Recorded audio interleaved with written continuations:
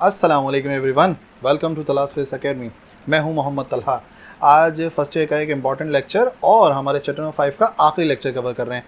Chapter number 5 जो कि था torque, angular momentum and equilibrium, तो उसके सारे टॉपिक्स कवर हो चुके हैं, प्लेलिस्ट में मिल जाएंगे। और आज हम उसका आखिरी टॉपिक कवर करने वाले हैं और वो टॉपिक है एंगुलर मोमेंटम का।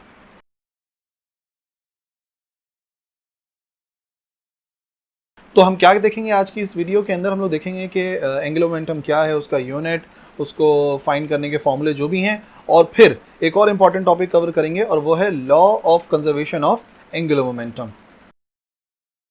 ओके, तो सबसे पहले डिफाइन कर लेते हैं एंगुलर मोमेंटम को। एंगुलर मोमेंटम किसी भी ऑब्जेक्ट का एक्चुअली क्या है, सबसे पहली बात ये है कि वर्ड आ रहा है एंगुलर, तो ये उस बॉडी का होगा जो कि किसी सर्कुलर पाथ में मूव कर रही होगी, यानी कि एंगुलर मोशन कर रही होगी। अगर एंगुलर मोशन कर रही होगी तभी उसका मोमेंटम एंगुलर मोमेंटम कहलाएगा। तो एंगुलर मोमेंटम किसी भी ऑब्जेक्ट का जो कि मूव कर रहा है एक सर्किल के अंदर, ठीक है, वो क्या होता है, वो होता है cross product of linear momentum, यानी कि उसी बॉडी के लीनियर मोमेंटम का क्रॉस प्रोडक्ट लेना पड़ेगा किसके साथ, position vector from the origin, यानी कि जो पोजीशन वेक्टर होगा उसके साथ क्रॉस प्रोडक्ट लेंगे लीनियर मोमेंटम का, तो बन जाएगा उसका एंगुलर मोमेंटम। और पोजीशन वेक्टर आप ऐसा समझ लो कि अगर सर्कुलर मोशन है तो जो उसका रेडियस बनता है, क्योंकि रेडियस भी वही होता है फ्रॉम द ओरिजिन जो डिस्टेंस होता है, तो रेडियस और लीनियर मोमेंटम का जो प्रोडक्ट है वो एंगुलर मोमेंटम है। ठीक है, देख लो, एक बॉडी है जो कि रोटेटरी मोशन में है, वो पोजेस करती है एंगुलर वेलोसिटी और एंगुलर मोमेंटम, दोनों होते हैं, ठीक है ना। तो अब देखो कि ये आ गया उसका फिक्स्ड पाथ, यानी कि एक्सिस ऑफ रोटेशन, पार्टिकल यहाँ पर है, तो ये जो डिस्टेंस होता है जिसे हम पोजीशन वेक्टर भी कहते हैं या रेडियस भी कह सकते हैं, और जो उस पार्टिकल का लीनियर मोमेंटम है फिलहाल वो इस तरफ है, ठीक है, नज़र आ रहा है पी इस डायरेक्शन के अंदर। इसी तरीके से जब वो रोटेट करते करते यहाँ पर आ जाएगा तो जो होगा उसका मोमेंटम वो हो जाएगा इस तरफ, ठीक है, लीनियर मोमेंटम, और इसी तरीके से पूरे सर्कुलर पाथ में मूव करता रहेगा। तो जो क्रॉस प्रोडक्ट होगा किस चीज़ का, लीनियर मोमेंटम यानी कि पी का, और जो रेडियस है आर, इन दोनों का क्रॉस प्रोडक्ट जो होगा वही कहलाएगा एंगुलर मोमेंटम, जिसे हम शो करते हैं एल से। और वो दो चीज़ों का क्रॉस प्रोडक्ट होता है, किस किस चीज़ का क्रॉस प्रोडक्ट है, रेडियस का और लीनियर मोमेंटम का, ठीक है। और ये जो ओमेगा यहाँ पे नज़र आ रहा है वो तो पता ही आपको एंगुलर वेलोसिटी होता है, ऑलरेडी हम डिस्कस कर चुके हैं इसके बारे में। तो इसी डेफिनेशन से हमने क्या बनाया, एंगुलर मोमेंटम बराबर है पोजीशन वेक्टर को मल्टीप्लाई करना पड़ेगा लीनियर मोमेंटम से, position vector into linear momentum. Okay, so position vector यहाँ पे क्या है, पोजीशन वेक्टर है R, so R cross P करना पड़ेगा हमें, पी जो कि लीनियर मोमेंटम होता है और एल एंगुलर मोमेंटम होता है, और क्योंकि क्रॉस प्रोडक्ट है तो वो भी एक वेक्टर क्वांटिटी होगी, वेक्टर का साइन है यहाँ पर। थोड़ा सा और सिंप्लीफाई करते हैं, हमें पता है लीनियर मोमेंटम एक्चुअली किसके बराबर होता है, पी बराबर होता है एम वी के। सो यहाँ पर आ गया एम वी पी की जगह पर, और रीअरेंज कर लो तो क्योंकि एम स्केलर क्वांटिटी है उसको हटा देते हैं, तो एम तो आ गया यहाँ पर, और क्रॉस क्रॉस प्रोडक्ट आ रहा है दो वैल्यूज़ का, यानी कि किसका, रेडियस या position vector from the origin और जो उसकी वेलोसिटी होती है, ठीक है, where we is the velocity of the particle. So ये भी एक फार्मूला है जो एंगुलर मोमेंटम बराबर है एम आर क्रॉस वी के। अच्छा, the direction of angular momentum is normal to the plane, हमें पता है नॉर्मल टू द प्लेन होगी क्योंकि हम यूज़ करते हैं उसमें, हमें पता है क्रॉस प्रोडक्ट में ऑलरेडी पढ़ चुके हैं कि जो आंसर आता है वो उन दोनों के परपेंडिकुलर होता है। तो एक आ गया यहाँ पर P, एक आ गया R, तो इन दोनों का जो परपेंडिकुलर होगा वो ऐसे ही बनेगा, तो वो नॉर्मल टू द प्लेन होगा, ठीक है, found by R and P as given by the right hand rule. तो हमें पता है वो राइट हैंड रूल के जरिए हम पता कर सकते हैं, ठीक है। अगर फिंगर्स को कर्ल करोगे इस डायरेक्शन में तो थंब बता देगा आपको डायरेक्शन ऑफ एंगुलर मोमेंटम। अच्छा जी, सो क्रॉस प्रोडक्ट को हम ऐसे लिख सकते हैं आर पी साइन थीटा, ठीक है ना, आर क्रॉस पी कर रहे थे तो आर पी साइन थीटा हो जाएगा, या फिर पी की पूरी वैल्यू पुट करेंगे तो पी बराबर होता है एम वी के। सो जो एंगुलर मोमेंटम है वो बराबर आ सकता है M V R sine theta के, जबकि थीटा क्या है, थीटा दो चीज़ों के दरमियान का एंगल है, किस किस चीज़ के दरमियान का, रेडियस और यानी कि जो पोजीशन वेक्टर है वो और लीनियर मोमेंटम के दरमियान का एंगल, जो कि एक्चुअली 90 डिग्री होता है। आप किसी वक्त देख लो, अगर कोई बॉडी रोटेट कर रही है सर्कुलर पाथ के अंदर, कोई भी बॉडी अगर सर्कुलर पाथ में रोटेट कर रही है तो ये आ गया उसका रेडियस, और पार्टिकल मूव कर रहा है तो ये हो जाएगा उसका मोमेंटम। तो मोमेंटम और रेडियस के दरमियान में आप जब भी देखोगे तो एंगल बनता है 90 डिग्री।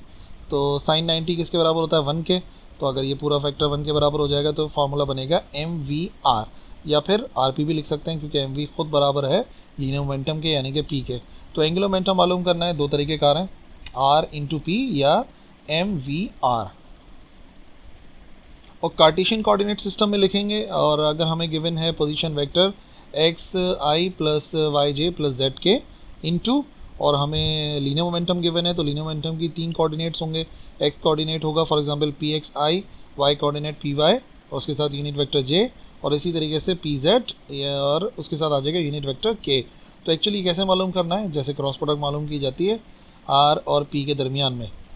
सबसे पहले क्या कर देते हैं, यूनिट वेक्टर्स लिखते हैं आई जे एंड के, फिर ये देखते हैं पहले क्या लिखा हुआ है, तो पहले लिखा हुआ है पोजीशन वेक्टर आर, तो उसके कोऑर्डिनेट्स आएंगे, यानी कि एक्स आएगा, वाई आएगा और फिर आ जाएगा जेड, एक्स वाई जेड, और फिर बाद वाली क्वांटिटी के कोऑर्डिनेट्स आएंगे एक्स वाई एंड जेड, तो वो आएगा P X P Y and P Z. तो जिस तरह से हम क्रॉस प्रोडक्ट को सॉल्व करते हैं, बिल्कुल उसी तरीके से हम आंसर फाइंड कर सकते हैं एंगुलर मोमेंटम का कार्टेशियन कोऑर्डिनेट सिस्टम में।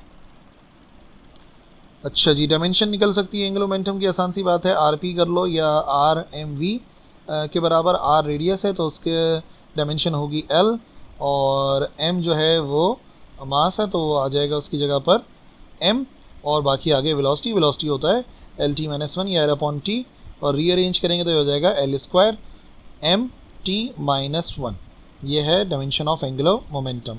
और उसी से यूनिट भी बना सकते हैं, तो यूनिट होगा न्यूटन मीटर सेकेंड, और यही जो न्यूटन मीटर है इसको जूल भी कहा जाता है, तो जूल इंटू सेकेंड भी एस आई यूनिट है हमारे एंगुलर मोमेंटम का। अच्छा जी, उसके बाद बारी थी हमारे पास law of conservation of angular momentum की। Law of conservation of angular momentum को आप याद रखो लीनियर मोमेंटम के लिहाज से। लीनियर मोमेंटम वाला लॉ क्या था, लीनियर मोमेंटम वाला लॉ तो ये था कि किसी भी आइसोलेटेड सिस्टम का जो टोटल मोमेंटम है वो कांस्टेंट रहता है। आइसोलेटेड सिस्टम से क्या मुराद थी, आइसोलेटेड सिस्टम से मुराद थी एक ऐसा सिस्टम जहाँ कोई एक्सटर्नल फोर्स अप्लाई ना हो। तो हम ऐसा भी कह सकते हैं कि अगर कोई एक्सटर्नल फोर्स अप्लाई नहीं होती तो लीनियर मोमेंटम कांस्टेंट रहता है। अगर कोई भी एक्सटर्नल फोर्स अप्लाई नहीं होती तो लीनियर मोमेंटम कांस्टेंट रहता है। तो अब क्योंकि हम आ गए हैं एंगुलर मोशन पे, तो जो काम फोर्स करती है लीनियर मोशन में वही काम करता है टॉर्क एंगुलर मोशन के अंदर। तो देखो हमारा लॉ क्या बनेगा, the angular momentum of a particle is conserved, same रहता है, कांस्टेंट रहता है। एंगुलर मोमेंटम किसी पार्टिकल का सेम रहता है if the torque acting on it is zero, अगर उसके ऊपर जो एक्सटर्नल टॉर्क अप्लाई हो रहा है वो किसके बराबर हो जाए, ज़ीरो के। किसी भी बॉडी का एंगुलर मोमेंटम कांस्टेंट रहता है अगर उसके ऊपर लगने वाला जो एक्सटर्नल टॉर्क है वो किसके बराबर हो जाए, ज़ीरो के। यह है हमारा law of conservation of angular momentum, जिसकी एग्जांपल्स दो कॉमन सी एग्जांपल हैं।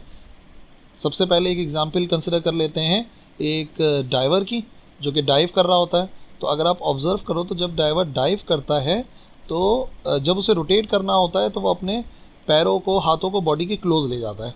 ऐसा करने पर क्या होता है, ऐसा करने पर उसका जो एंगुलर मोमेंटम है, जो एक्सटर्नल टॉर्क है उसके ऊपर अप्लाई होने वाली, वो ज़ीरो हो जाती है। तो उसका एंगुलर मोमेंटम कांस्टेंट रहता है, और देखेंगे आप तो वो कांस्टेंट वेलोसिटी के साथ रोटेट कर सकता है। तो कांस्टेंट वेलोसिटी के साथ रोटेट जब तक उसे करना होता है जब तक एक्सटर्नल टॉर्क ज़ीरो करता है। किस तरीके से ज़ीरो कर लेता है वो, अपने हाथों पैरों को बॉडी के करीब लाकर, और जैसे ही उसे रोटेशन ख़त्म करनी होती है वैसे ही हाथों पैरों को छोड़ देता है और फिर रोटेशन ख़त्म हो जाती है। दूसरी मिसाल हो सकती है एक आइस स्केटर। आइस स्केटर भी ऐसे ही करते हैं। आप ऑब्ज़र्व करो कि जब उसके हाथ पैर दूर हैं तो उसकी वेलोसिटी ज़्यादा नहीं है, ठीक है, और जब उसे रोटेट करना होता है तो वो क्या करती है, वो अपने हाथों पैरों को अपनी बॉडी के क्लोज ले जाती है, और ऐसा करने पर आप देखो तो वो कांस्टेंट वेलोसिटी के साथ रोटेट कर सकती है, यानी कि कांस्टेंट एंगुलर मोमेंटम के साथ रोटेट कर सकती है। इसी की एक्सप्लेनेशन देख लेते हैं। अगर फोर्स F है जो कि एक्ट कर रही है पार्टिकल पर जिसका मास है m, और वो कितनी वेलोसिटी के साथ मूव कर रहा है, v वेलोसिटी के साथ। So and p is the linear momentum, p linear momentum है। तो हमें पता है टॉर्क का फॉर्मूला क्या होता है, टॉर्क का फॉर्मूला होता है r क्रॉस f, ठीक है। और फोर्स की डेफिनेशन में पता है rate of change of momentum होता है। Rate of change of momentum कैसे निकाल सकते हैं, फाइनल मोमेंटम लीनियर मोमेंटम यानी कि minus initial linear momentum divide by delta T, ठीक है। अगर क्रॉस प्रोडक्ट लेंगे, मल्टीप्लाई करेंगे तो क्या हो जाएगा, ये हो जाएगा आर क्रॉस पी एफ, और इसी तरीके से हो जाएगा आर क्रॉस पी आई, ठीक है। दरमियान में माइनस का साइन आ रहा है, आर क्रॉस पी एफ, ठीक है। अगर आर पी करते हैं तो हमें पता है वो किसके बराबर होता है, वो होता है बराबर एंगुलर मोमेंटम के। तो आर और पी एफ की जगह पर आ जाएगा फाइनल एंगुलर मोमेंटम, और आर क्रॉस पी आई की जगह पर आ जाएगा इनिशियल एंगुलर मोमेंटम। और ये जो लिखा हुआ है L F minus L I divide by T, इसको हम कह सकते हैं चेंज इन एंगुलर मोमेंटम यानी कि डेल्टा एल। सो इस इक्वेशन से क्या बात जाहिर हो रही है कि torque acting on a particle is the time rate of change of its angular momentum, यानी कि जो टॉर्क है वो बराबर होती है वक्त के लिहाज से जो एंगुलर मोमेंटम के अंदर चेंज आता है, वही टॉर्क है।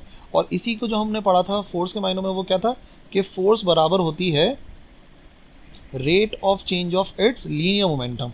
ठीक है, तो मैंने बार बार ये बात समझाई है कि जो काम करता है फोर्स लीनियर मोशन के अंदर, वही काम टॉर्क का है इन एंगुलर मोशन। तो देख लो, बिल्कुल सेम वही बात है, लीनियर मोमेंटम का चेंज जो है वो बराबर होता है फोर्स के, और एंगुलर मोमेंटम का जो चेंज है वो बराबर होता है टॉर्क के। अब अगर हम कंसिडर करें कि जो नेट टॉर्क उस पार्टिकल के ऊपर अप्लाई हो रही है वो ज़ीरो है, यानी कि जहाँ टॉर्क है वहाँ पे हम ज़ीरो पुट कर दें, तो ये आ जाएगा delta L upon delta T is equal to zero. Delta T उधर जाके ज़ीरो हो जाएगा। ठीक है, सो ये हो जाएगा delta L is equal to zero. इसका मतलब एंगुलर मोमेंटम के अंदर आने वाला चेंज ज़ीरो के बराबर है। डेल्टा एल का मतलब यही हुआ ना कि जो एंगुलर मोमेंटम के अंदर आने वाला चेंज है वो ज़ीरो के बराबर है। तो दूसरे लफ्ज़ों में हम ये भी कह सकते हैं कि एंगुलर मोमेंटम कांस्टेंट है।